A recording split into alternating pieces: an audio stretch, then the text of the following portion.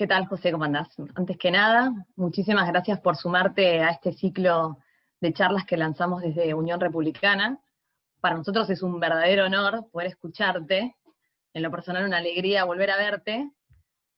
Para los que no lo conocen, José Antonio Álvarez es ingeniero en producción agropecuaria, es productor agropecuario en nuestro país y en Estados Unidos, además de ser un experto en el tema y consultado por mucha gente del sector que sabe bastante, y bueno, por nosotros que no sabemos tanto, pero que queremos aprender, tiene la generosidad de informarnos todo el tiempo y de compartir sus conocimientos con nosotros en una red social llamada Twitter, donde tiene gran interacción y genera debates muy enriquecedores, así que los que no lo están siguiendo todavía, vayan a seguirlo, su arroba es bumpercrop1, no se van a arrepentir, así que háganme caso. Si te parece, José, arrancamos con la charla. Nosotros le pusimos de nombre a este encuentro el agrosocialismo, un camino seguro hacia la pobreza, porque estamos viendo en estos proyectos que salen de las mentes de gente como Grabois, que están tratando de, con la excusa de la ecología y de la producción de alimentos sanos, libres de agrotóxicos, como ellos le dicen, o de productos químicos, tratar de canalizar o generar empatía para instaurar un sistema, un modelo agropecuario ineficiente, y que a nuestro entender, vos lo sabrás mejor que nadie, nos podrás explicar ahora, solamente van a generar más pobreza y hambre en nuestro sistema de producción, o sea, nuestro modelo que venimos teniendo en cuanto a la producción de alimentos. Pero te escuchamos a vos. Bueno, es un gusto volver a verte igualmente, Inés. Desde ya muchas gracias nuevamente. Sí, bueno, con respecto al título que le pusieron ustedes a la charla, yo creo que es bastante apropiado. De hecho, bueno, lo venimos hablando desde hace años, ¿no? Porque de hecho la idea, eh, unas ideas, digamos, que mucha esta gente profesa, las vienen tratando de inculcar desde hace tiempo a través de varias vertientes, ¿no es cierto? No solamente, digamos, con el público en general, sino también, en realidad, a través de los programas de estudios, ¿no? Se empezó también uno lo veía en los manuales, digamos, de secundaria y se ve, digamos, en el tronco común que tienen muchas otras carreras, ¿no? Se trata de instalar, digamos, una cierta inseguridad a la producción actual de alimentos y, bueno, obviamente que es infundada, ¿no? Pero bueno, eso digamos, es algo bastante fácil de demostrar, digamos, ¿no? La verdad que el hecho que nosotros hoy tengamos la población que tenemos en el mundo es justamente consecuencia de haber solucionado el problema de escasez, que fue, digamos, lo normal durante tantos siglos, ¿no? Es decir, nosotros, la humanidad, digamos, en los últimos 10.000 años, en donde tuvo más o menos cierta organización, la verdad que no pudo pasar nunca de la marca de 1.000 millones de habitantes hasta hace 150 años, y la verdad que en el último siglo y medio la multiplicó casi por 8, ¿no?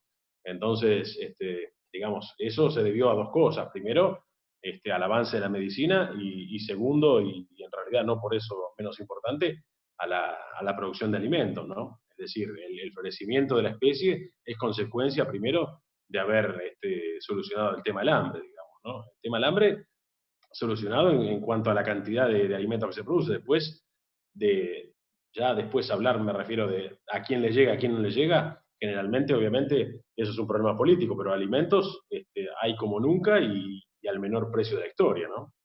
Con respecto al tema de la utilización de productos químicos, de hecho, uno de los argumentos que utilizan, o que por lo menos leí en cuanto a los argumentos que tiene Grabois, es, por ejemplo, en Entre Ríos, que justamente fue donde se planteó la disputa con el campo de los Echeveres, es la provincia que tiene como es el ícono de los crímenes ambientales en la utilización de estos productos, y hacen referencia a que, por ejemplo, más del 50% de los niños con tratamiento de cáncer en el Hospital Garrahan provienen de la provincia de Entre Ríos. Bueno, Entre Ríos, como alguna vez ya lo hablamos, ¿no es cierto?, participa solamente del 5% de la producción total que hay en la Argentina, digamos, ¿no? Es decir, si uno quiere conectar la producción agrícola con la prevalencia de ciertas enfermedades como el cáncer, en realidad conexión ahí no hay ninguna, porque de hecho la proporción tendría que ser mucho mayor en las provincias que son justamente productoras en serio, ¿no? Que son Buenos Aires, Santa Fe y Córdoba, y además que son justamente las provincias que tienen mucha mayor cantidad de población. Es decir, si Entre Ríos tiene el 5% de la producción, pero tiene el 50% de los casos, evidentemente la causa es otra. Una de las causas, digamos, de las cuales no se habla es, por ejemplo, la cantidad de aguas que supuestamente son potables y contienen altos niveles de arsénico, que de hecho es responsabilidad del Estado proveer agua potable, y sin embargo no lo hace. Eso sí, digamos, es algo probadamente cancerígeno, y que gran parte del interior del país lo sufre, ¿no es cierto? Aguas con arsénico hay en el 70% de la superficie del país. Y sin embargo eso no parece importarles, ¿no? Porque además al agua la cobran, digamos, ¿no? Pero bueno, de eso nunca nadie habla. Ahora repito, si la idea es tratar de conectar producción agrícola con digamos, prevalencia de cáncer, Entre Ríos solamente produce el 5% del país. Así que ahí realmente, si quieren buscar una correlación, esa no es, ¿no? El otro tema que quería preguntarte, hace pocos días el presidente dijo, la producción de cultivos de soja desempleó cada vez más gente de los campos y permitió que toda esa gente se hacinara en las zonas urbanas. Te pregunto esto porque me parece que es el puntapié para que ocurra algo parecido a lo que ocurrió en Venezuela, cuando empezaron a expropiar los campos, tratando de instalar un nuevo sistema agropecuario, que hoy esos campos ya no producen más, son solamente tierras abandonadas y tienen cero producción de alimentos. ¿Vos cómo lo ves a eso? Bueno, el hacinamiento, digamos, de la población y el éxodo rural ocurrió a partir de la década del 40, ¿no? Y ocurrió, digamos, de manera planificada. Lo que se buscó justamente es sacar a la gente de los lugares de producción donde tenía, digamos, cierta posibilidad de tener un trabajo productivo y obviamente de lograr independencia económica, meter los que hoy, digamos, terminaron siendo casi 16 millones de personas en un radio de 60 kilómetros, después darle mala educación, acostumbrar a un montón de gente a vivir de un subsidio, fomentar el odio digamos, hacia los que producen, y todavía después tener un problema de droga. La verdad que el hacinamiento ocurrió bastante antes que la producción de cultivos, digamos, de manera extensiva, sobre todo la soja, que en realidad arrancó en la década del 90, ¿no? De manera, digamos, importante. Hasta el 95, la verdad que había muy poca superficie sembrada, pero, digamos, hacinamiento de gente que en realidad persigue digamos, un objetivo electoral, llevamos 75 años viéndolo, ¿no? Ahora, hay un tema con eso, que también es cierto que se están generando como dogmas con respecto al productor agropecuario, y uno de ellos, por ejemplo, es que tratan de instalar que el productor es malo, que no piensa en el pueblo y que produce solamente para rédito personal y que especula con el tema de las divisas para poder vender la producción y demás. ¿Vos tenés alguna opinión respecto a eso y me gustaría que nos la cuentes? Sí, bueno, justamente el sábado salió una nota en La Nación, en la cual yo participé, digamos, lo que dije ahí, digamos, es lo mismo que voy a decir ahora, digamos, acá no hay ningún sistema de castas que prohíba a nadie dedicarse a la producción agropecuaria. De hecho, con un capital bastante chico, cualquiera, digamos, que viva en un centro urbano puede vender su propiedad y con eso le va a alcanzar para alquilar un buen número de hectáreas, digamos, una propiedad, digamos, de un barrio de clase media en la ciudad de Buenos Aires, le alcanza para alquilar 1.000 hectáreas de campo si quiere. Y se puede financiar todos los insumos a cosecha y empezar a arriesgar y, digamos, si entiende que el negocio es tan brillante, digamos, tiene toda la libertad para hacerlo, ¿no? Es más, le van a pagar seguramente la propiedad en dólares, en billete, y va a poder alquilar en dólares a 77, con lo cual capaz que todavía alquila 2.000 hectáreas, ¿no? Ahora, después hay que ver si les gusta ser, digamos, tomadores de riesgo o no. Porque una vez que vayan a producir, no van a tener ninguna posibilidad de pedir subsidios como sí hacen en otras actividades, ¿no es cierto? Y además, el hecho de hablar, digamos, hablar de poca empatía con el resto de la población, justamente decírselo a un sector que tiene que entregar forzosamente el 80 o el 90% de la rentabilidad neta que tiene todos los años, la verdad que es bastante cínico, ¿no? Yo quisiera que alguien me diga qué otra actividad legal en cualquier lugar del mundo soporta una presión fiscal del 80 o el 90%. 80 o 90% que a veces es del 100%, porque si las cosas fracasan, de hecho, vos pagás impuestos fijos y pagás impuestos sobre la facturación bruta sin tener nada que ver con la ganancia, y sin embargo probablemente te endeudes o hayas quedado, digamos, en contra con lo que tenés que pagar de insumos o de lo que fuera, ¿no? Yo en eso, la verdad que a todos los que tienen, digamos, esa creencia, los invito a hacerse productores mañana mismo, ¿no? Como dije siempre, les podemos dar el asesoramiento gratuito también. ¿Vos pensás que, sacando el delito de usurpación y de toma de tierras, si se les entregase terrenos fiscales, por tirar alguno, podrían implementar este famoso plan o proyecto Artigas en esas tierras, o es un tema que evidentemente no les interesa? No les interesa la producción. Bueno, el país tiene 277 millones de hectáreas. Es decir, la cantidad de kilómetros cuadrados multiplicado por 100 te da el número de hectáreas, ¿no es cierto? Hay 277,8 millones de hectáreas en el país. Y en explotación agrícola, justamente por la presión fiscal, hay solamente 35 millones. Es decir, que tienen 180 y pico millones de hectáreas para experimentar, digamos, todos los kibbutz y todo tipo de, digamos, de colectivismos agrarios que quieran, ¿no? Con lo cual, yo creo que si quieren hacer algún acuerdo con el Estado y desarrollar tierras fiscales, a mí me parece bien, ¿no es cierto? Ahora, una vez que las desarrollen, que vayan a riesgo como hacemos nosotros, ¿no? Y que después estén sometidos también a la misma presión fiscal. Es más, pueden estar exentos de impuestos, que igualmente no dudo que les vaya bien, pero bueno, supongamos que también en ese caso lo podrían hacer, digamos, ¿no? Que le den 30 años para pagar, con una tasa del 2% anual en dólares y que lo paguen. Vamos a ver, digamos, ahí el lugar sobra, digamos, ¿no? No es una cuestión de que falte justamente tierra, ¿no es cierto? Somos bastante pocos para la tierra que hay. De hecho, tenemos la misma proporción de productores sobre población total que tienen otros países. Tenemos exactamente la misma que tiene Estados Unidos y Canadá. De hecho, Estados Unidos tiene 330 millones de habitantes y tiene 2.100.000 productores.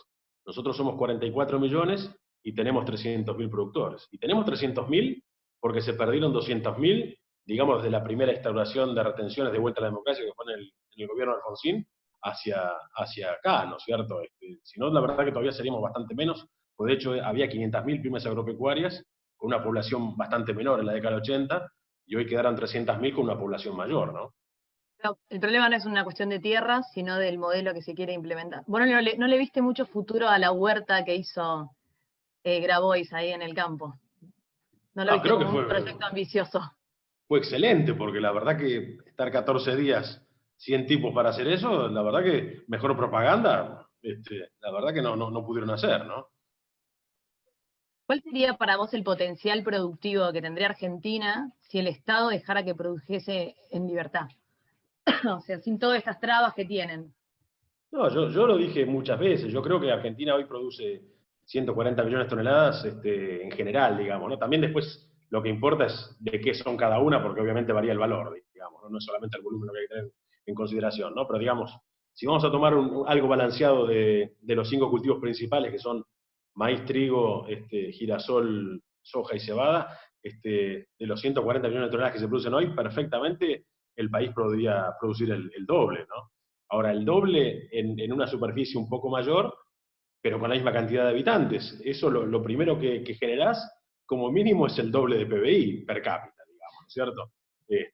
Y además, obviamente, mucha más gente trabajando de eso, ¿no?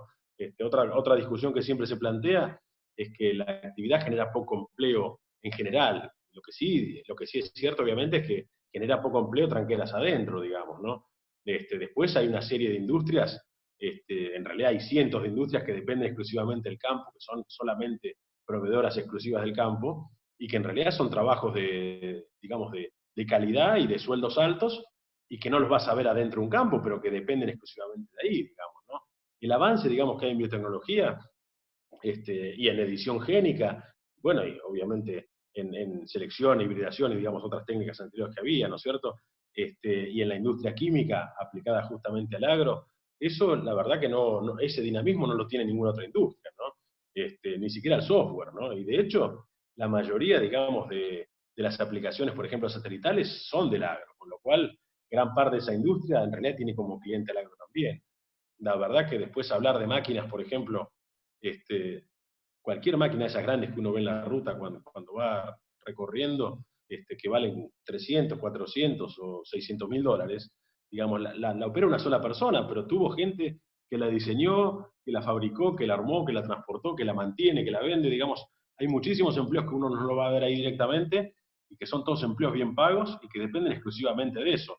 Lo único que cambió es que obviamente cada vez se hace más rápido, más eficiente y con menos pérdidas tranqueras adentro. Pero eso tiene su correlato con empleo de mayor calidad, obviamente demandante de más educación, fuera digamos, del establecimiento, pero depende exclusivamente del campo, ¿no?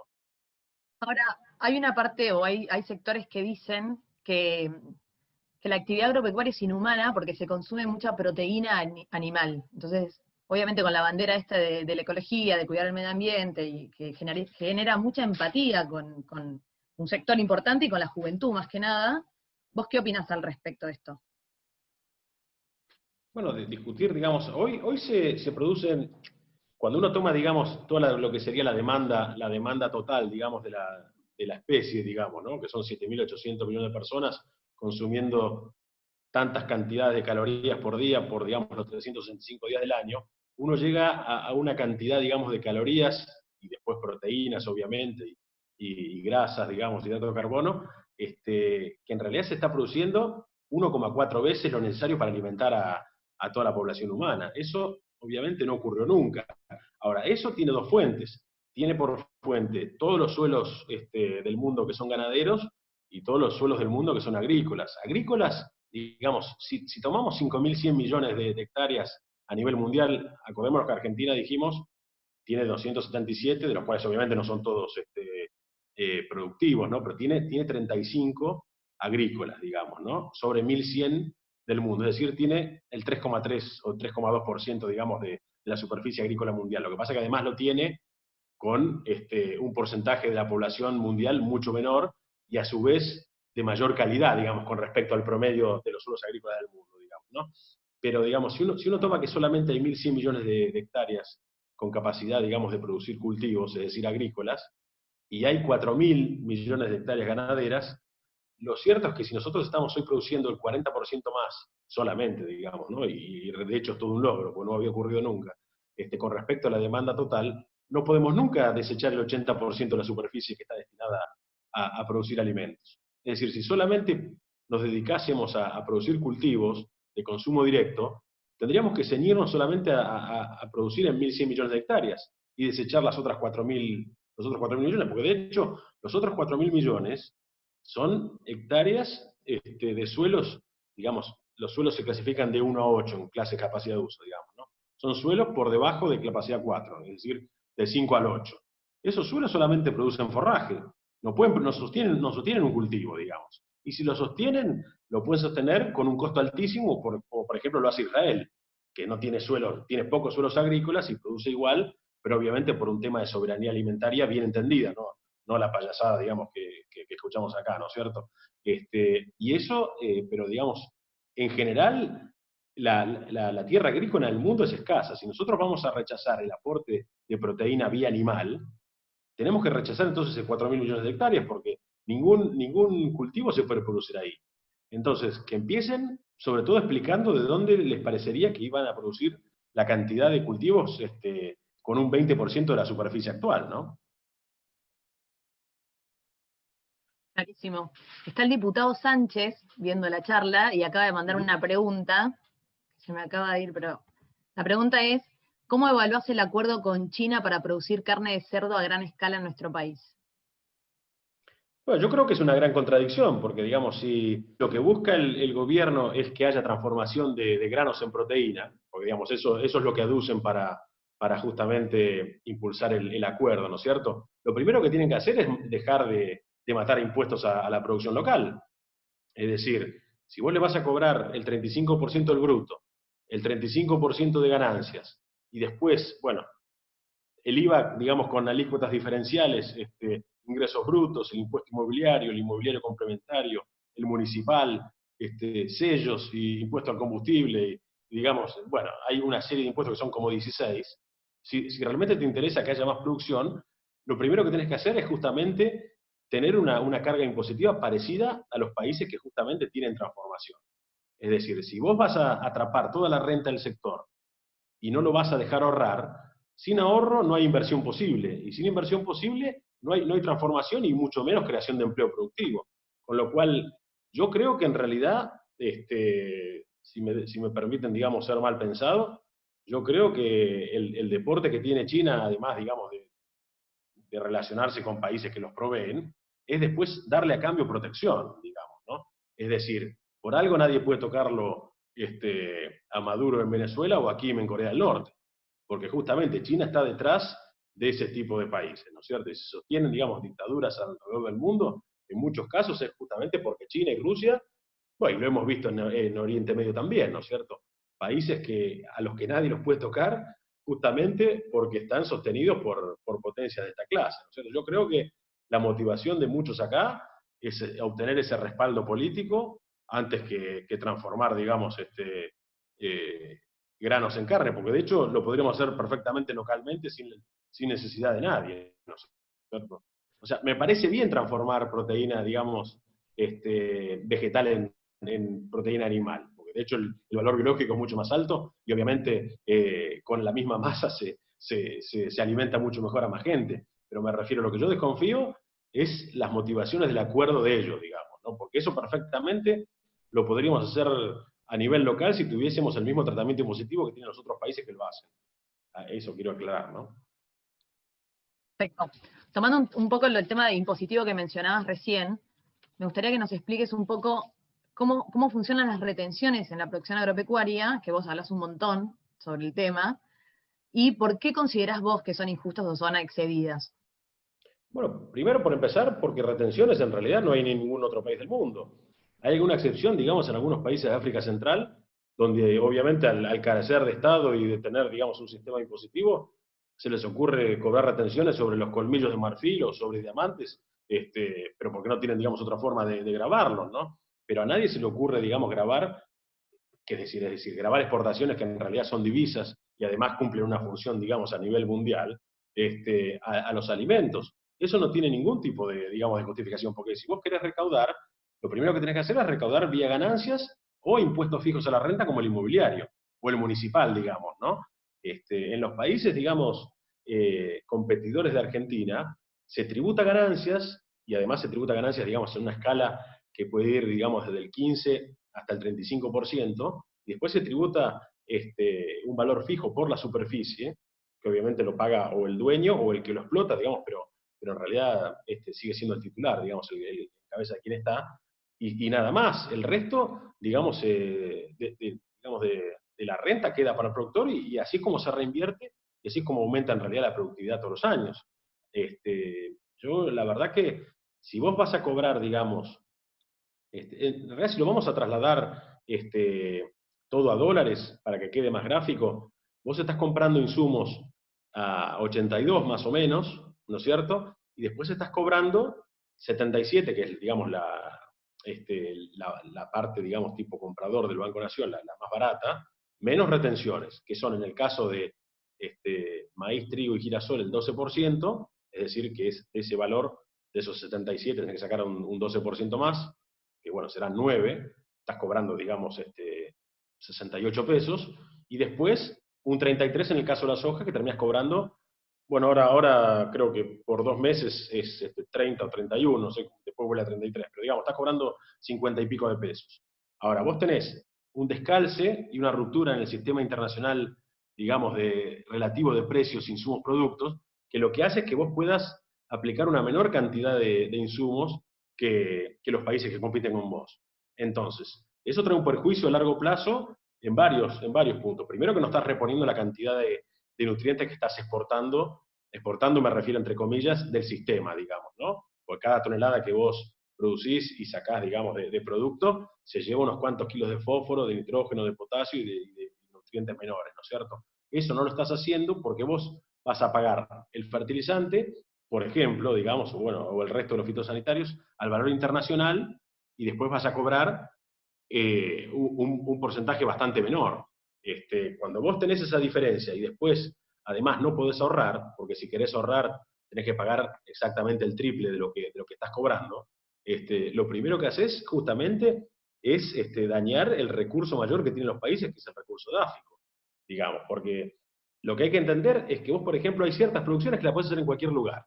Así como Japón se especializó en un momento e hizo de todo, en una isla, digamos, que es pura, en dos islas que son pura roca, digamos, o vos podés hacer cualquier cosa como la que hizo Japón, después se movió a China, se movió a Corea del Sur, o se movió al resto, a los tigres, digamos, de Asia. La producción agrícola solamente se puede hacer en pocos lugares. Hay solamente 11 países en el mundo, sobre 200, que tienen esa capacidad de producción de alimentos y exportar, digamos. Que vos seas el único que está castigando, digamos, la exportación de alimentos, lo primero que estás logrando es que estás hipotecando el futuro, por eso que te dije yo. No estás reponiendo nutrientes, estás dejando de cuidar el suelo justamente, no estás renovando maquinaria con la velocidad que tendrías que renovarlo. Hay un montón, digamos, de daños que se van a ver a largo plazo, y de hecho ya se viene arrastrando desde hace varias décadas, ¿no? Pero que justamente no tienen sentido. Si vos te parece que quieren discutir una renta mayor, bueno, que propongan cobrar 50% de ganancias, o 60 o 70, digamos, porque para el caso va a ser lo mismo. Lo que pasa es que ninguno se va a animar a plantear que van a cobrar 70% de ganancias, porque digamos, la sociedad no lo puede digerir. Pero cuando vos tenés 6 impuestos, que en realidad el único objetivo que persiguen es justamente enmascarar la presión fiscal, porque además encima se sacan sobre bases distintas, lo que estás logrando justamente es atrapar el 80 o el 90% de la renta de una manera tan intrincada que solamente el que la sufre la entiende. Por eso es que justamente muchas veces hay que explicar cómo se compone la presión fiscal. A vos te están quitando del 12 al 33, digamos, por ciento de la facturación bruta sin tener en cuenta ningún gasto que hayas tenido, después pagás 35% de ganancias, y después pagás los otros 14 impuestos que te mencioné recién, algunos fijos, de los 3 niveles, digamos, es decir, municipal al municipio, el inmobiliario a la provincia, o directamente bienes personales, o en su momento, digamos, cuando existía la ganancia mínima presunta, y ahora mismo, si lo llegan a aprobar, el impuesto a la riqueza, a nivel nacional. Pero después además todos los otros, digamos, ¿no? Pero bueno, obviamente que lo justo sería pagar ganancias e inmobiliario, como digamos, como funciona en todos los países del mundo. Sí, eso es también sujeto a la inversión. Vos en un artículo explicabas que el tema del impuesto a las ganancias estaba sujeto al porcentaje de inversión que después se devolvía sobre el remanente que quedaba, explicando un poco el modelo de Estados Unidos. En muchos países vos tenés una alícuota, digamos. Bueno, en general, digamos, en Estados Unidos, por ejemplo, vos tenés una alícuota menor, es decir, vos calculás ganancias y después a fin de año haces 2 cheques, digamos. Bueno, en abril en realidad, ¿no? Se calcula a fin de año. Un cheque para, digamos, el gobierno estadual, lo que sería el equivalente a la provincia, que es menor, pero que es ganancias, y después un cheque mayor de ganancias al Estado federal, digamos. Y ahí, digamos, tampoco hay después coparticipación. Hay una cierta coparticipación, pero va por otro lado, digamos. Digamos, es directo el pago del productor o, digamos, de la empresa, de la pyme, al gobierno provincial, digamos, ¿no? Pero después, lo que sí es que vos tenés, digamos, la amortización acelerada declarada, digamos, de facto, digamos. Vos cualquier gasto que hagas en mejoras, lo descontás al 100% del impuesto a las ganancias. Hay otros países como Uruguay, por ejemplo, que en realidad también han sufrido alguna vez falta de reposición de nutrientes y tienen leyes justamente para reponer nutrientes en las cuales desgravás lo invertido en fertilizantes al 150%. Pero bueno, eso, digamos, nadie está pidiendo eso, digamos. Yo creo que lo sano es que vos pagues ganancias, y si pudieras pagar, digamos, ganancias partidas entre provincia y el Estado federal, mejor, porque creo que sería más justo, digamos, ¿no? Porque aparte las provincias podrían también competir entre sí. Pero a su vez, poder descontar, de hecho, la ley de ganancias, vos lees la ley de ganancias de Estados Unidos, son 1000 páginas. 1000 páginas que obviamente abarcan a todas las actividades económicas, ¿no? Pero tienen infinidad de maneras de descontar el tributo en el primer año, digamos, que uno hace las inversiones del tipo que sean, ¿no? ¿Hubo algún tipo de innovación en cuanto a la agricultura por parte de Argentina, pero a nivel mundial? O sea, innovaciones argentinas que influyan en la agricultura o en el modelo de agricultura a nivel mundial. ¿O no hubo ninguna? No, alguna hubo menor, digamos, hay gente que atribuye la siembra directa, pero la siembra directa en realidad se inventó en Estados Unidos en la década del 60, ¿no? Acá en Argentina se adoptó, digamos, de manera masiva en la década del 90, a partir de la década del 90, y hoy sí es de los países que tiene, creo que es el número 1 en proporción de hectáreas bajo siembra directa sobre el total. En eso sí es número 1, digamos. Y después en el uso de, digamos, de organismos genéticamente modificados, que de eso también habría que hablar, porque también, digamos, se dicen cosas que obviamente son improcedentes, ¿no? También es de los países que más adopción tiene, junto con Estados Unidos, Canadá, digamos, pero bueno, innovaciones ha habido, sí, menores, sobre todo, digamos, en, en maquinaria, digamos, pero la mayoría de las cosas han venido de Estados Unidos, que es donde está toda la investigación. Ahí sí, digamos, lo último, digamos, que se puede mencionar es la obtención, digamos, del gen SHB4, que confiere cierta tolerancia, digamos, a periodos de sequía, ¿no? Que eso lo acaban de patentar. Pero bueno, eso tiene, digamos, una controversia en el sentido de que ahí lo que se está poniendo en juego digamos, la seguridad comercial, ¿no? Son infundadas, pero lo cierto es que hay, digamos, ciertas prohibiciones de muchos países a la compra de alimentos de consumo directo humano con, digamos, transgénesis, ¿no? Pero bueno, ahí, digamos, se aprobó acá en Argentina, hay que ver después si se aprueba en los países, digamos, que van a ser clientes, pero el problema es que después la segregación es muy difícil, con lo cual, digamos, si entramos en eso, tenemos que tener en cuenta que, por ejemplo, Estados Unidos en un momento había obtenido el trigo RR, que en realidad era una defensa contra malezas, no contra, digamos, no una tolerancia a la sequía, como es el caso pero bueno, lo pararon a fines de la década del 90, digamos. Es decir, transgénesis en trigo hace 20 y pico de años que hay, lo que pasa es que se decidió justamente por un tema de riesgo comercial, que repito, es infundado, pero en la práctica se da, que te rechacen, digamos, la producción, y se desestimó justamente por eso. Hay que ver cómo termina esto, ¿no? Pero creo que, bueno, si tenemos que nombrar, digamos, un hito o algo novedoso es eso, ¿no? Que no sé cómo va a terminar, ¿no? Pero bueno, es así. Volviendo un poco al presente, a la actualidad, ¿cómo ves la política agropecuaria del gobierno de Fernández? Si es que hay alguna política agropecuaria. No, yo no veo ninguna política agropecuaria, ¿no? Desde ya, la verdad que no. No creo que haya otra cosa más que extraer, digamos, recursos, ¿no? Pero, digamos, si uno realmente quisiera hacer política agropecuaria, la verdad que hay para hacer absolutamente todo. Lo podemos nombrar, si quieren acá, podemos estar nombrando 10 puntos mínimos digamos, que podríamos hacer de política agropecuaria en serio, ¿no?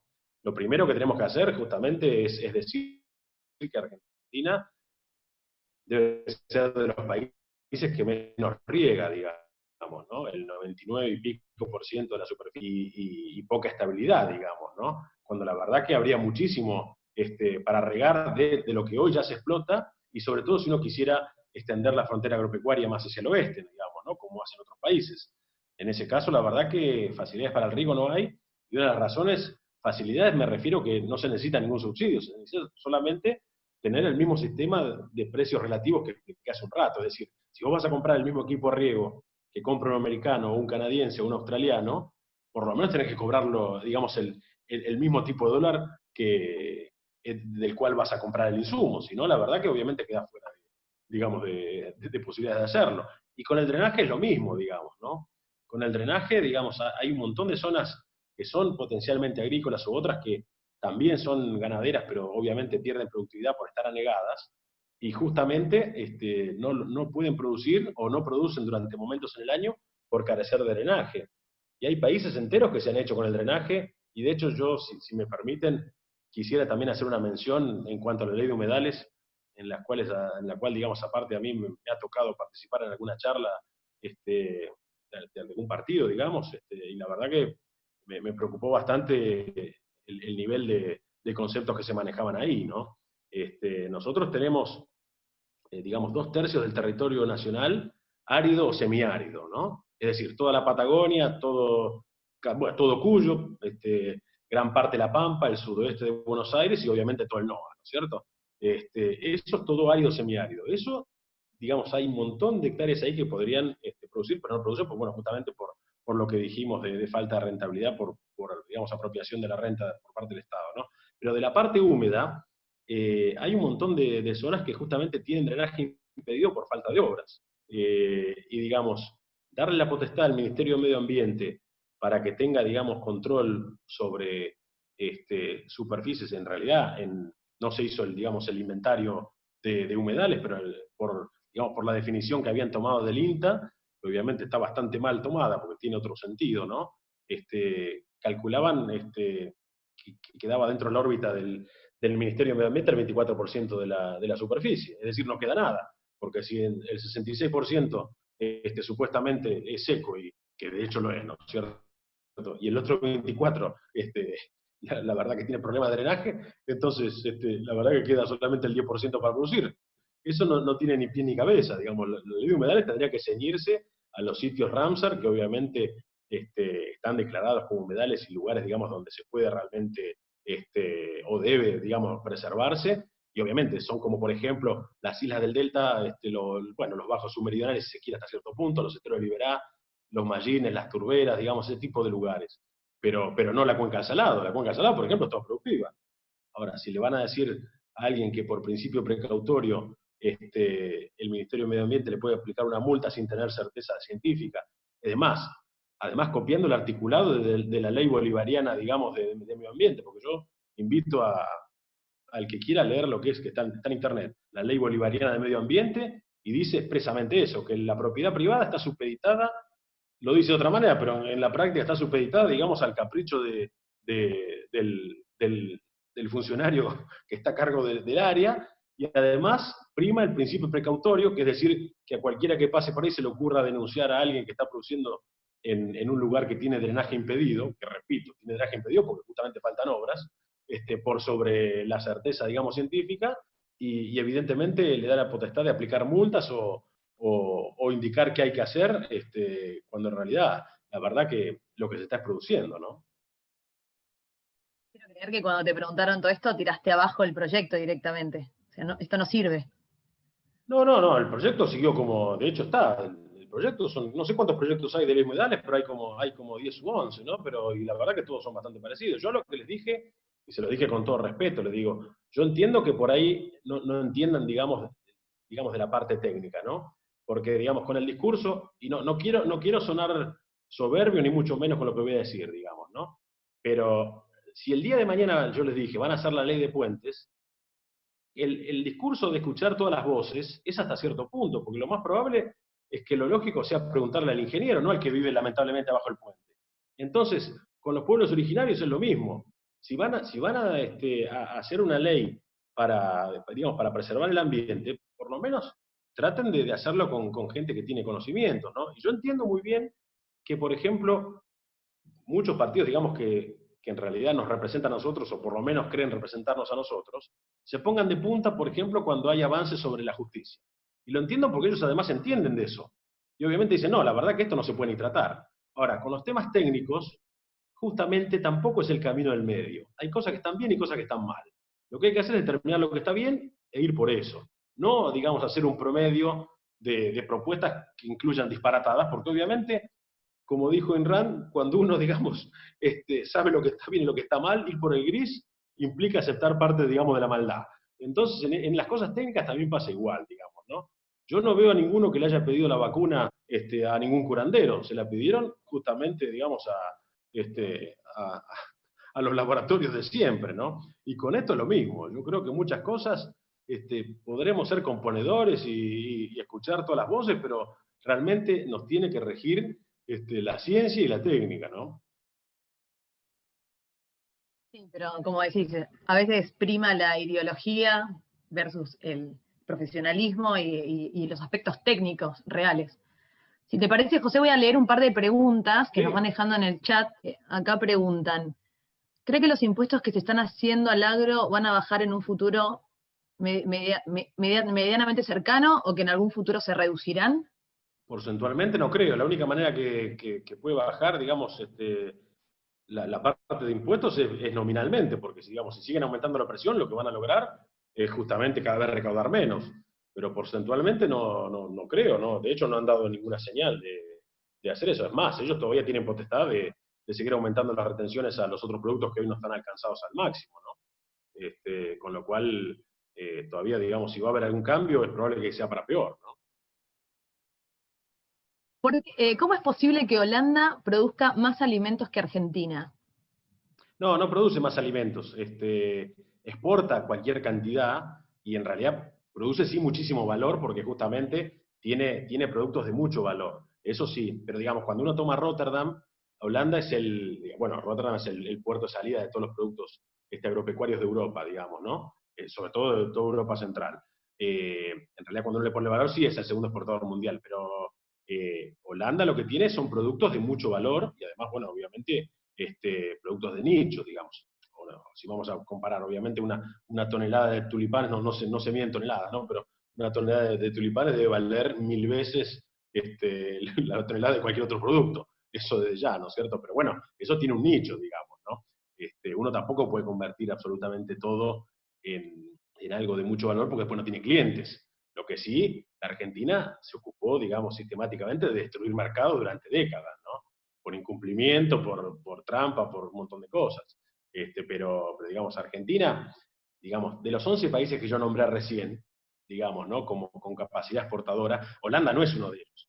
Digamos, países, digamos, los 11 países dentro de los 200 que tienen capacidad, digamos, de alimentar al mundo, porque esa, digamos, es la definición que perfectamente les cabe, son Canadá, Estados Unidos, Brasil, Argentina, bueno, obviamente en menor medida Paraguay y Uruguay, pero obviamente producen mucho más de lo que consumen, con lo cual son exportadores netos. Después, obviamente, Australia, Nueva Zelanda, y después Ucrania, Rusia, y bueno, debe haber alguno más, no sé si nombré 10 u 11, pero esos son los países que realmente producen mucho más alimento del que ellos consumen. Holanda no es uno de ellos. Holanda produce cosas obviamente de mucho valor, pero no vas a ver campos extensivos, digamos. Produce mucho lácteo, produce, digamos, muchas hortalizas, pero bueno, tiene un mercado, son cosas perecederas, tanto lácteos como hortalizas o frutas mismo, son cosas de, digamos, de cercanía, ¿no? Uno no puede llenar, la verdad, un barco con manzanas y mandarlo al otro lado del mundo como si pasa con los cereales, ¿no?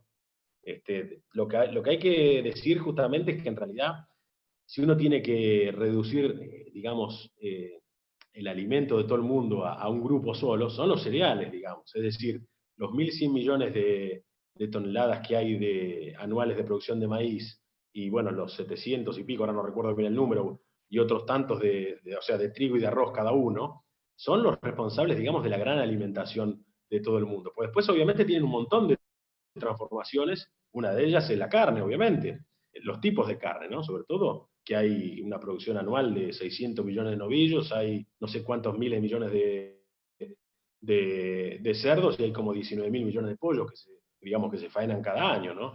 Gran parte, digamos, de eso procede justamente de los cereales. Y Argentina es uno de los jugadores en eso, ¿no es cierto?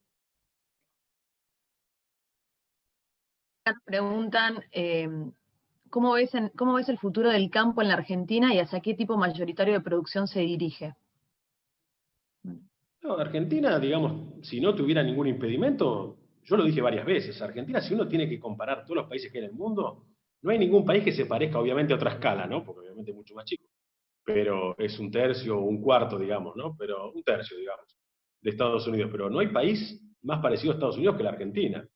Me refiero a la parte justamente agropecuaria, ¿no? Que después, obviamente, en un momento competía y después dejó de competir, ya sabemos todos por qué, pero Argentina, digamos, estaba predestinado a hacer eso, ¿no? Y de hecho yo siempre pongo el mismo ejemplo de lo que puede hacer la política con la misma materia prima, digamos, ¿no? Siempre se habla, digamos, de los 3 lugares con mejores suelos del mundo, ¿no es cierto? Y son la cuenca del Mississippi, sobre todo la cuenca alta, digamos, ¿no? Es decir, el centro norte, la Pampa húmeda, que arranca, digamos, de Bahía Blanca y se va hasta Santa Fe y Córdoba, sobre todo la parte mejor, digamos, ¿no? Y Ucrania. Y bueno, vos ves el resultado que tuvieron Estados Unidos, Ucrania y Argentina, totalmente disímil, contando, digamos, con lo mismo, ¿no? Obviamente a Ucrania le fue peor que la Argentina, pero por lo menos en un momento despertó y hoy justamente va en camino a otra cosa.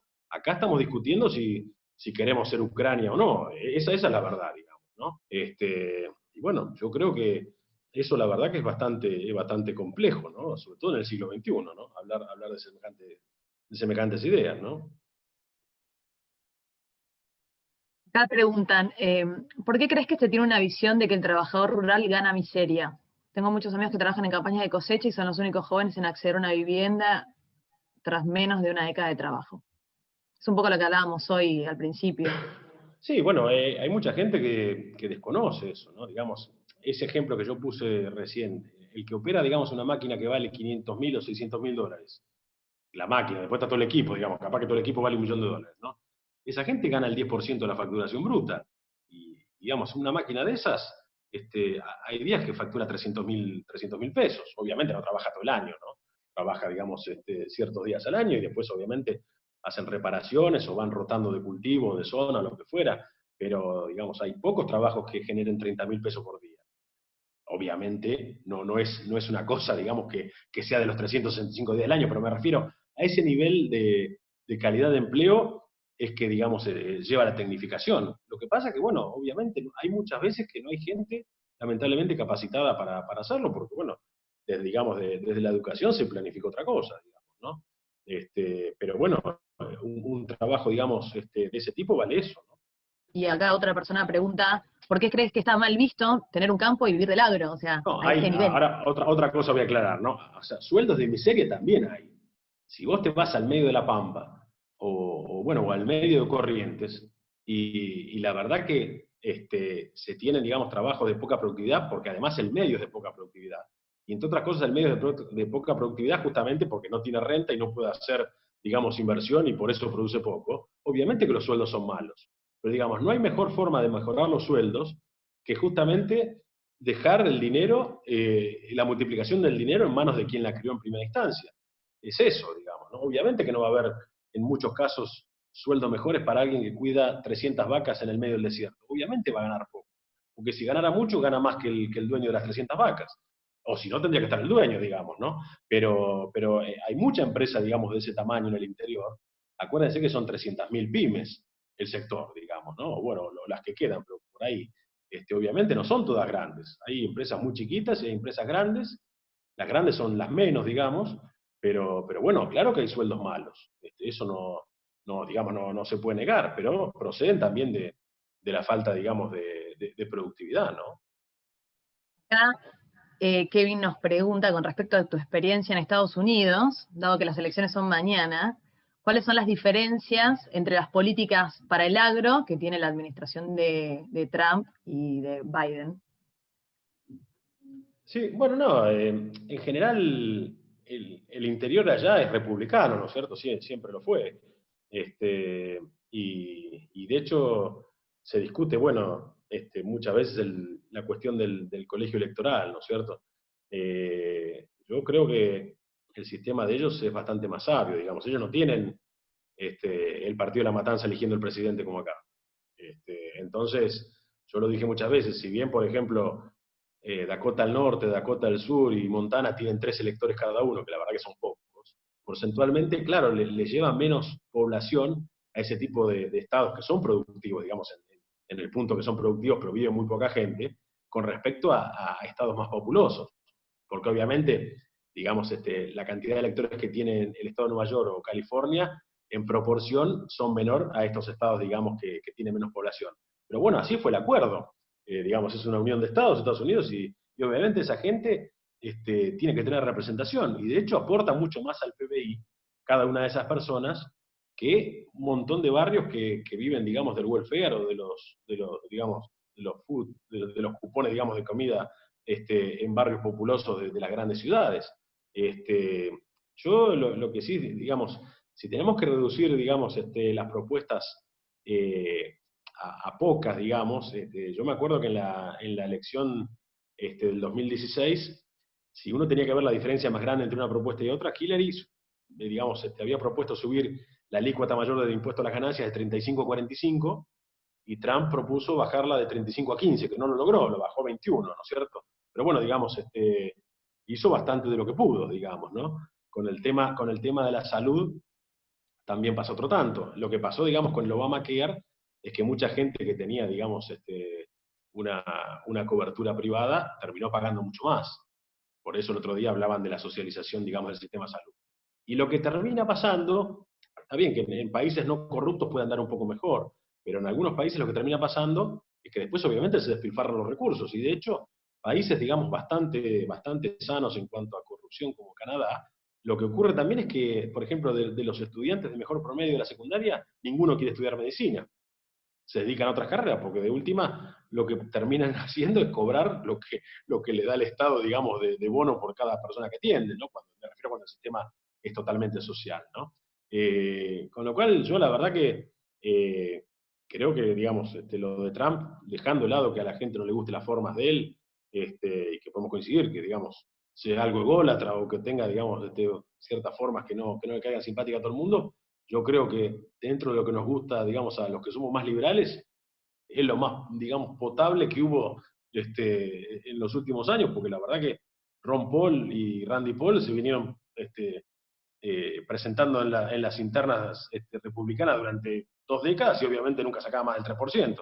Digamos, hablando de gente que proponía, digamos, aumentar el empleo privado sobre el público, ¿no? Y reducir subsidios y darle más, digamos, mejores posibilidades de crecimiento a la iniciativa privada, ¿no? Con lo cual, en eso, yo creo que el interior, digamos que es obviamente superavitario en recursos, obviamente está siempre al lado de los republicanos. No sé cómo estás de tiempo, pero tengo un par de preguntas más. Yo no tengo problema, no. Perfecto. Como quieran. A ver, ¿ves factible extender la frontera agropecuaria en Argentina? ¿Tiene lógica que se cobren los mismos impuestos a un productor de pergamino que a uno en Formosa?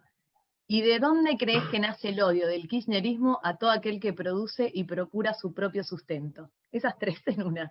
Bueno, no, primero que nada, la frontera agropecuaria, por supuesto que se puede extender. Y se puede extender de esas dos maneras que dije yo. Es decir, dejando, digamos, que haya posibilidad de irrigar las zonas que hoy no se irrigan, pero que no se irrigan no porque nadie lo impida, sino porque justamente no están dadas las condiciones en el sentido de que vos vas a cobrar en la práctica un tercio o la mitad de lo que vale tu producto y cuando vas a comprar, digamos, insumos o bienes de capital lo tenés que pagar a valor internacional más flete de impuestos. Entonces, por eso no se hacen los desarrollos de muchas zonas. Digamos, nadie está pidiendo ningún crédito blando ni nada por el estilo. Lo único que se está pidiendo es que, digamos, las condiciones sean las mismas que los países competidores. Ahora, obviamente que por eso, bueno, un ejemplo es la provincia de San Luis. San Luis podría producir muchísimo más si tuviera, digamos, las condiciones que corresponden, pero, digamos, está cerca perdón, tiene posibilidades de regar, pero está lejos del puerto y obviamente se le hace antieconómico para un montón de producciones y obviamente también se le hace caro regar, ¿no es cierto? Además, hoy o sea, circunstancialmente el combustible está barato por un tema, digamos, de lo que se devaluó el peso, pero generalmente nosotros hemos llegado a pagar el doble o el triple del combustible y bueno, hemos tenido solamente, viste, la mitad o un tercio del valor de los productos, ¿no? Ahí está. Esa era una pregunta, digamos. Después, con respecto al esquema impositivo de un productor en un lado o en el otro, yo creo que eso no tiene nada que ver, porque de hecho, la diferencia que uno esté en Pergamino y otro esté en Formosa, lo da el valor del capital, digamos. La hectárea en Formosa, si alguien la pagó $500 y el de Pergamino la pagó 15.000, por decir algo, obviamente digamos, tiene una ventaja comparativa. Pero no por eso tiene que tener un tratamiento impositivo distinto, digamos, no, eso ya está, digamos, eso ya está corregido por el valor del impuesto inmobiliario y por bienes personales.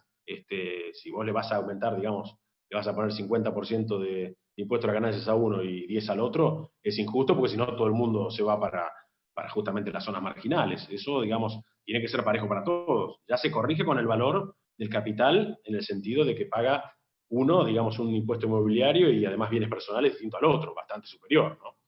Y la Si el última Estado no pregunta genera, era... perdón, te agrego acá, si el Estado no genera medios de transporte o de fletes para que vos puedas traer tu producción a puerto y que puedan salir del país, ¿no deberían tener ahí alguna condición con respecto a los que están más alejados del puerto? No, debería restituir, digamos, el transporte, es eso, ¿no? Más que nada. Porque además el transporte lo más triste es que estaba. No es que nadie está pidiendo, no es como en Brasil bueno, que incorporaron un montón de zonas en las cuales nunca había habido agricultura, ni ganadería, ni nada. Ahí están a 2.000 kilómetros. Hay, por ejemplo, la zona de los Cerrados, el Mato Grosso del Sur o el Mato Grosso del Norte, están a 2.000 kilómetros del puerto más cercano, que es ahí en Curitiba, digamos, ¿no? Eso obviamente no existía, entonces no había obras. De hecho, no había pavimento en muchos lados. Acá había de todo. Acá había una red ferroviaria que realmente lograba sacar toda la producción. A diferencia de lo que nos explicaba en el colegio, de que había lugares que no había conexión. Sí, había lugares que no había conexión porque en realidad el sentido de la red ferroviaria era exportar, con lo cual después la verdad que estaba bastante bien diseñado, eso se perdió, digamos, se perdió después de un montón de años, de 100 años, ¿no? Pero creo que lo que tendría que hacer, y creo yo, en realidad para que no le cueste ni un centavo, digamos, digamos al público en general que no se va a beneficiar de eso, lo que tendría que hacer el Estado es dar concesiones y que la inversión la hagan los privados y que cobren los fletes los privados como corresponde y listo.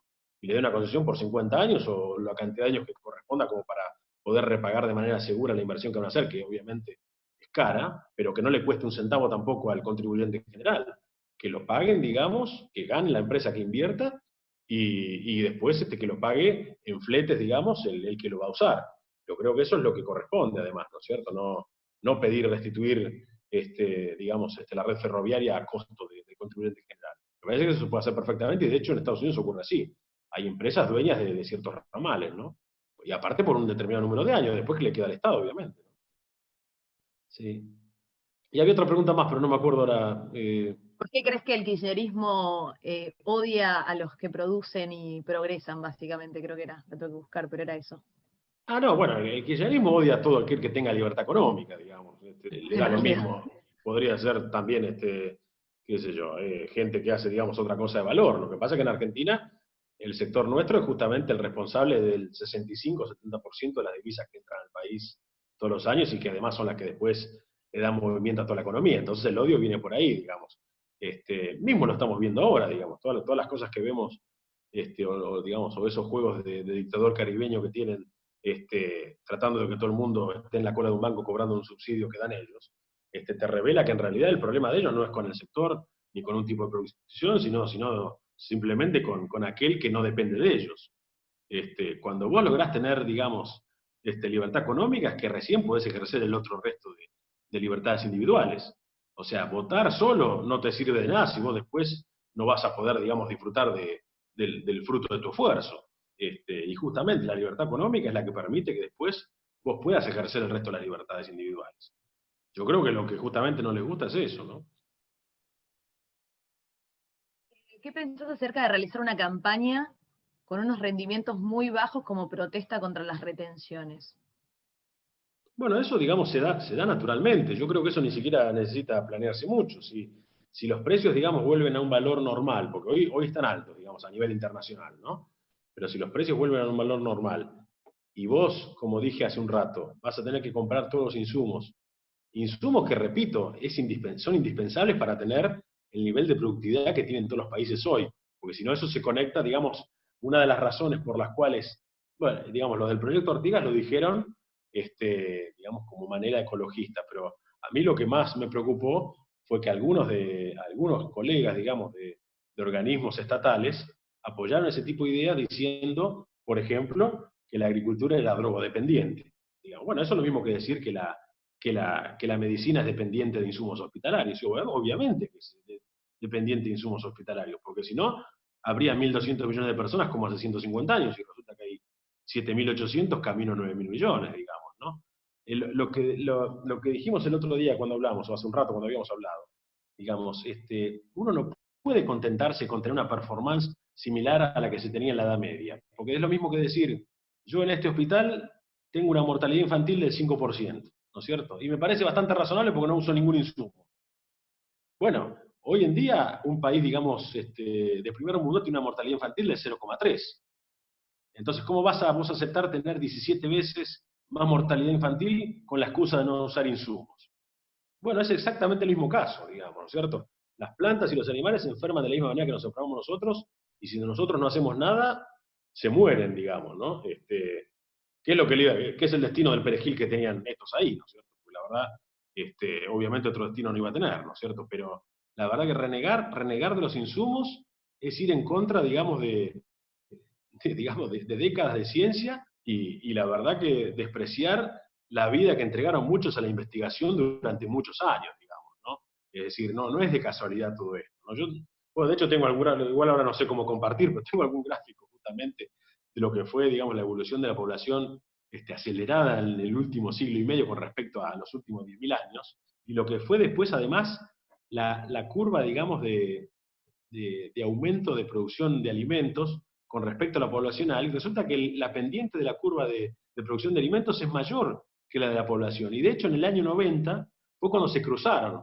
Es decir, en el año 90 se empezó a producir más alimentos que lo que la gente consumía. Se logró que la pendiente de producción de alimentos en los últimos 30 años sea mayor que el aumento, digamos, o sea, que la tasa de incremento poblacional, que además es geométrica. Es decir, la producción de alimentos fue más que la de la tasa de aumento poblacional. Y eso sí o sí, digamos, se logró mediante la ciencia. Y renegar de eso, bueno, es volver justamente a momentos en donde había escasez, ¿no? Suena súper lógico cuando lo decís, pero cuando vos lees lo que plantea el proyecto Artigas, ellos reivindican que retroceden en el tiempo, que volvemos a Claro. producir y a sembrar y a cosechar. Es loquísimo. Bueno, eso ya sabemos, ¿no es cierto? Que ellos reivindican, digamos, obviamente el mismo modelo que destruyó 40 sociedades distintas a lo largo y ancho del mundo, ¿no es cierto? Porque la verdad que el modelo de ellos fue que se ocupó de destruir 40 sociedades, digamos, económica, social y moralmente a lo largo de todo el planeta, ¿no es cierto? Entonces, la verdad que digan que esta vez va a funcionar y encima, digamos, con los personajes que lo llevan a cabo, peor todavía, ¿no? Yo en eso, la verdad que creo que lo que hay que contestar es eso, ¿no? Y la otra pregunta que hay Oh, que hacer abiertamente con alguien que te discute eso es, tenés 200 países en el mundo para elegir, ¿a cuál te gustaría a vos que se parezca a la Argentina? Esa pregunta, que la respondan. ¿Te gusta Venezuela, Corea del Norte y Cuba, que digamos que tienen un sistema parecido a ese?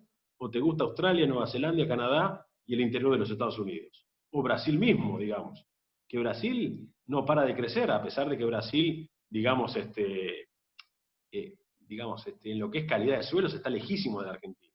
Porque de hecho la Argentina del hemisferio sur, de todo el hemisferio sur, es el lugar que tiene los mejores recursos, digamos, por lejos, ¿no es cierto? Con lo cual yo creo que la discusión se termina ahí, ¿no es cierto? Que cada uno diga a ver a qué país quiere que se parezca a la Argentina y listo, y vamos para adelante. Después vemos el resultado, ¿no es cierto? Pero yo creo que no hay mucho para discutir ahí, ¿no es cierto? Mm. lo importante antes de hacer esa pregunta creo que es derribar los mitos, porque nosotros cuando publicitamos la charla, muchos de los comentarios eran, pero nosotros estamos a favor de la ecología y cuidar el medio ambiente. Sí, perfecto. Ahí radica el engaño en realidad, porque ellos no buscan Ah, eso, están buscando otra cosa. Lo que pasa es que yo, decir eso te corta cualquier tipo de afiliaciones a tu movimiento. también hay mucha gente que está en contra, digamos, de las vacunas convencionales. No, digamos, no estoy hablando de estas que están intentando, digamos, aprobar ahora sin testear, ¿no? Digamos, del hecho de vacunar a los hijos o no. Ahora, cuando vos hablás con la gente que está en contra de vacunar a los hijos, digamos, contra enfermedades, digamos, que se erradicaron gracias justamente a eso, ¿no? Como la poliomielitis o un montón de ellas, no hay ningún médico. Y con esto pasa algo parecido. De los que vos hablás, con los que hablás y digamos que están en contra de la producción, yo he visto mucho, digamos, sin desmerecer a nadie, ¿no es cierto? Pero he visto mucho antropólogos, sociólogos, politólogos, pero agrónomos no veo casi ninguno, digamos, ¿no? Entonces, alguno hay, pero bueno, seguramente está acá atrás de un cargo, ¿no? Pero no creo que la verdad que uno tenga que darle la misma entidad a alguien que dedicó la vida a estudiar algo con respecto a otro que lamentablemente no lo hizo, digamos, sobre un tema en particular, me refiero. Tomando en cuenta el capital tierra y capital de trabajo, ¿qué rentabilidad consideras razonable para un negocio agrícola promedio? ¿Y cuánto se obtiene hoy? No, digamos, la rentabilidad promedio sobre el capital fundiario, es decir, la tierra más digamos, los bienes de capital que actúan arriba de esa tierra, debería ser generalmente alrededor del 5%, digamos, ¿no? Es lo que fue siempre. Un retorno del 5% anual sobre el capital, antes de impuestos, digamos, ¿no? Hoy en día es alrededor del 1, ¿no? Es alrededor del 1 y habiendo descontado gran parte del valor del capital que se perdió en los últimos años. Es decir, dividiendo por el valor actual del valor del capital, digamos, ¿no? Es decir, si tomaran los valores históricos, obviamente es el 0,5%. Es decir, yo a través también hacía esa comparación en la nota esa de La Nación, ¿no es cierto? Algo similar en otro país, con otro país, digamos, donde hay territorio en abundancia, como por ejemplo Estados Unidos, algo similar a la Argentina en productividad, sale el 150% más. Es decir, 13 30.000, por ejemplo, hablando de lo más caro de cada país, ¿no es cierto? Lo mejor de Argentina valdrá hoy 13.000 si es que alguien lo paga, porque también nadie quiere desprenderse de dólares, ¿no? Y lo mejor en Estados Unidos vale un promedio de 30. Todo ese valor, digamos que se perdió justamente por razones políticas, ¿no es cierto? Pero pasa con una propiedad urbana. Hay mucha gente que dice, por ejemplo, que la propiedad está barata en Argentina o que construir está barato. Bueno, pero también está barato en Caracas, digamos, no tiene nada que ver, digamos. Puede estar barato, pero todo lo hace el contexto, digamos, ¿no? Si las esperanzas son, digamos, que la cosa se termina de arruinar, yo te diría que el precio es bastante difícil de ponerlo, ¿no? Pero bueno, volviendo a la pregunta, la rentabilidad debiera ser más o menos un 5% como es en todo el mundo, y hoy es escasamente el 1 y pico, ¿no? Acá alguien retoma el tema de la soja. Dice, seguramente habrás escuchado que el kirchnerismo dijo que la soja mata y que genera pobreza. ¿Es así? Es un poco lo que No, dijo. dijo que no generaba empleo, digamos, ¿no? También, no, bueno, digamos, la soja es un cultivo como cualquier otro, digamos, la verdad que no tiene ningún tipo de diferencias en cuanto a eso. Así que eso, digamos, responder eso, la verdad que no tiene mucho asidero porque, de hecho, el cultivo de soja no se diferencia mucho de los otros, ¿no? Lo único que tiene la soja es que es más rústica y obviamente tiene un umbral de respuesta a la fertilización mucho más bajo, con lo cual permite, digamos, abusos y obviamente sin resentir tanto la producción. Y por eso, digamos, es que ante una presión fiscal tan alta como hubo, digamos, en los otros años del kirchnerismo, mucha gente no le quedó otra y empezó a sembrar soja sobre soja porque era lo único que le daba cierto margen de ganancia, pues no podía sembrar maíz. Y no podía sembrar maíz porque, por ejemplo, sembrar maíz cuesta $600 y sembrar soja cuesta, hoy te diría como 300, digamos, ¿no? Pero es más o menos esa diferencia. Entonces, obviamente, con mayor riesgo la gente va hacia lo seguro, digamos, ¿no? Pero la verdad que atribuirle, digamos, una capacidad distinta a cualquier otro cultivo es mentira, ¿no es cierto? Es igual que cualquier otro cultivo. ¿Desde qué punto se podría iniciar una revolución agropecuaria avanzada en la Argentina y qué factores serían determinantes para llevarla a cabo? Yo creo que en realidad la única manera de cambiar las cosas es mediante la educación. Es decir, hablar de las cosas y demostrar que las cosas que uno sostiene son replicables y son comprobables. Y de la misma manera refutar proyectos justamente que no tienen ningún sentido, como por ejemplo el que mencionamos antes, ¿no es cierto? Yo creo que la manera es que más gente que justamente no es del sector pueda entender que las cosas, digamos, que funcionan son de esta manera y las que no funcionan son de la otra, y decir, esto funciona en todos los países del primer mundo, donde no hay casi pobres, no hay casi desempleados y sobran alimentos, y las otras cosas funcionan, wow, se aplican en países que no funcionan, donde son todos pobres y además hay escasez de alimentos. Y la verdad que después de eso queda poco, digamos, para discutir, sobre todo teniendo en cuenta que la Argentina es un país que, como dije, es el segundo o el tercero en recursos edáficos del mundo. Es decir, no hay otro país en el mundo que tenga los recursos que tiene Argentina, siendo, digamos, el segundo o el tercero, digamos. En recursos de suelo me refiero, ¿no? Y me refiero a recursos de suelo como el bien estratégico que te va a proveer del bien más demandado en cantidad y tiempo del mundo, que justamente son los alimentos.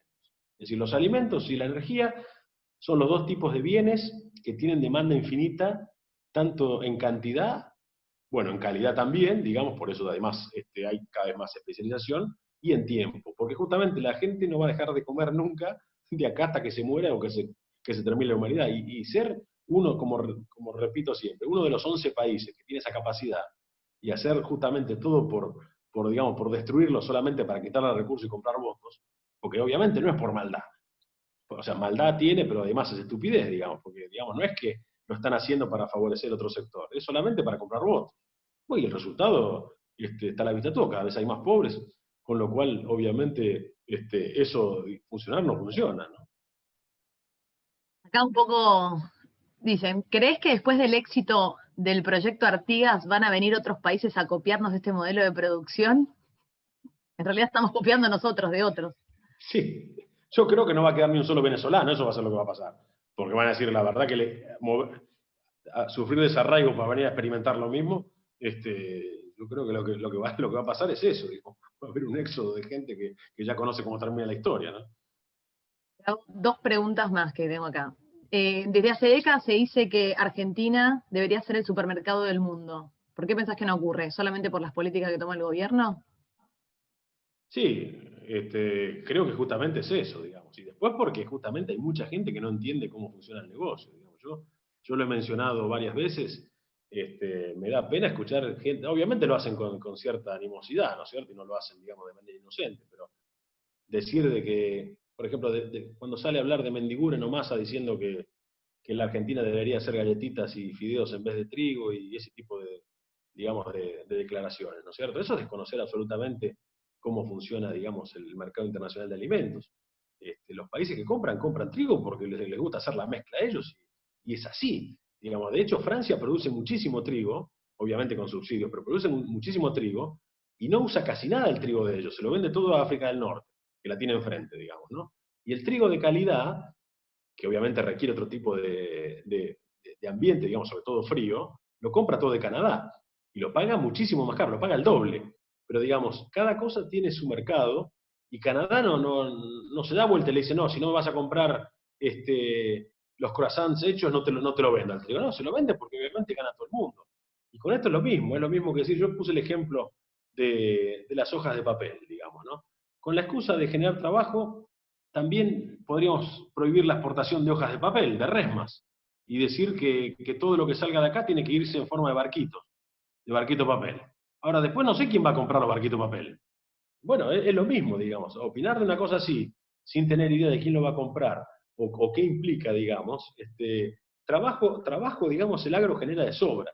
Lo que tiene que tener es que justamente un tratamiento normal, como cualquier otro país, y que el Estado no le atrape el 80% de lo que genera neto, digamos. Porque de ahí surge justamente a veces la falta de transformación, si es que están tan interesados en transformar, digamos, ¿no? Pero para la información de muchos, Australia vende trigo tal cual, y se lo vende fundamentalmente a Asia. Canadá vende trigo tal cual y se lo vende, digamos, a Europa y a muchos lugares. Y Estados Unidos también. Y Estados Unidos, de hecho, no solo que vende trigo tal cual, sino que además tiene un fondo, digamos, que muchos lo toman como subsidio, pero que no es un subsidio. Pero bueno, es, digamos, financia, por ejemplo, a países pobres el pago, digamos, del trigo a un año, que sé, por decir algo. Entonces, el productor lo cobra enseguida y difiere el pago un año. Pero bueno, digamos, hay un montón de políticas que nadie las está pidiendo, porque acá nadie está pidiendo ninguna política activa ni nada por el estilo, sino simplemente tener un tratamiento justo con respecto a los otros países. Dicen, ¿crees que la comunicación o la difusión que se hace desde el sector agro es correcta? ¿Y qué pensás de la mujer rural? Bueno, no, la comunicación evidentemente fue deficiente, pero fue deficiente porque además quienes estaban a cargo de la misma sostuvieron durante años que había que empatizar con el habitante urbano y, bueno, y caerle simpático y tener un sentimiento de culpa, digamos que yo llamo siempre el síndrome del rico culposo, que la verdad que no tiene ningún sentido, porque ninguno de los que estamos hoy produciendo participó en la aniquilación de los aborígenes y nada por el estilo. Es toda gente que compró su predio y está produciendo y de hecho tiene el capital muchas veces similar a lo que vale un departamento en la Vía Libertador y creen que con eso la verdad que son los terratenientes, son multimillonarios y la verdad que hay casos, digamos, capital de eso en la ciudad está lleno, digamos, una esquina, digamos, en un local en una esquina, digamos, de 2 avenidas o cualquier departamento más o menos de cierto metraje, vale lo mismo que la mayoría de los campos del interior, digamos, ¿no? El grueso de los mismos, ¿no? Que Pero hablábamos al bueno, principio.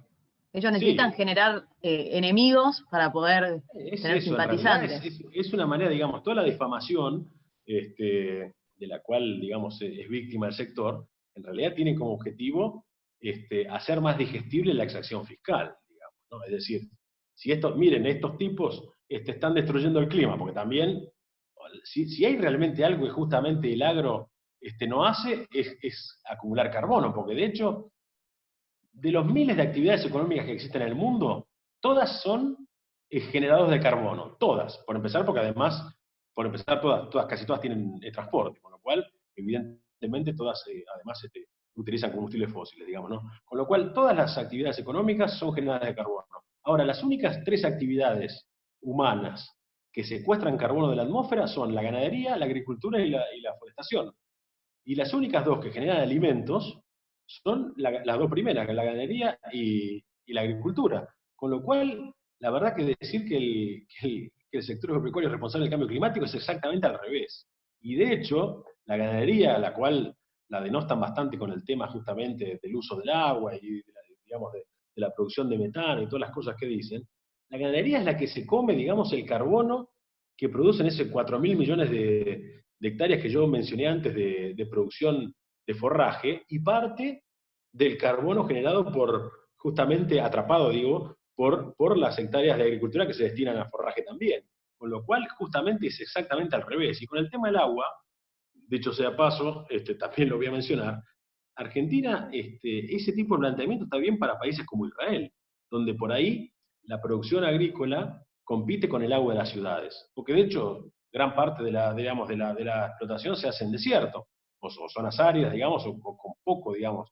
Pero Argentina, justamente, el 99 y pico por ciento de la superficie se realiza en secano, con lo cual, hay creo que son, no recuerdo ahora, pero son algo de 20 y pico mil millones de litros que se van por minuto por el Río de la Plata, por ejemplo, por nombrar un solo de los, puede estar mal, digamos, la medida, digamos, ¿no? Pero más o menos es una inmensa cantidad de agua dulce y, digamos, y potable si se potabiliza, que se va al mar a cada minuto. Y estamos hablando de un solo río, después están todos los ríos, digamos, y la agricultura argentina ni siquiera usa un litro de eso.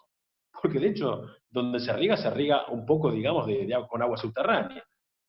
O sea que ni siquiera ese argumento tiene ningún asidero, digamos. No hay, digamos, consumo de agua para las ciudades, con lo cual, la verdad que no, en eso es poco lo que hay para discutir, ¿no? Clarísimo. La verdad que hay un par de preguntas más, pero ya vamos 1 hora y media. Así que nada, agradecerte mucho por esta charla. Nos quedó todo muy claro. Es fundamental que sigamos luchando contra estos mitos y contra estas falacias que quieren imponernos. Así que acá te están agradeciendo todos en el chat. Excelente charla, gigante bumper, excelente. Así que nada, José, un placer. Sos un genio. Y Muchísimas gracias a muy todos divertido. y a vos, Inés, por la invitación.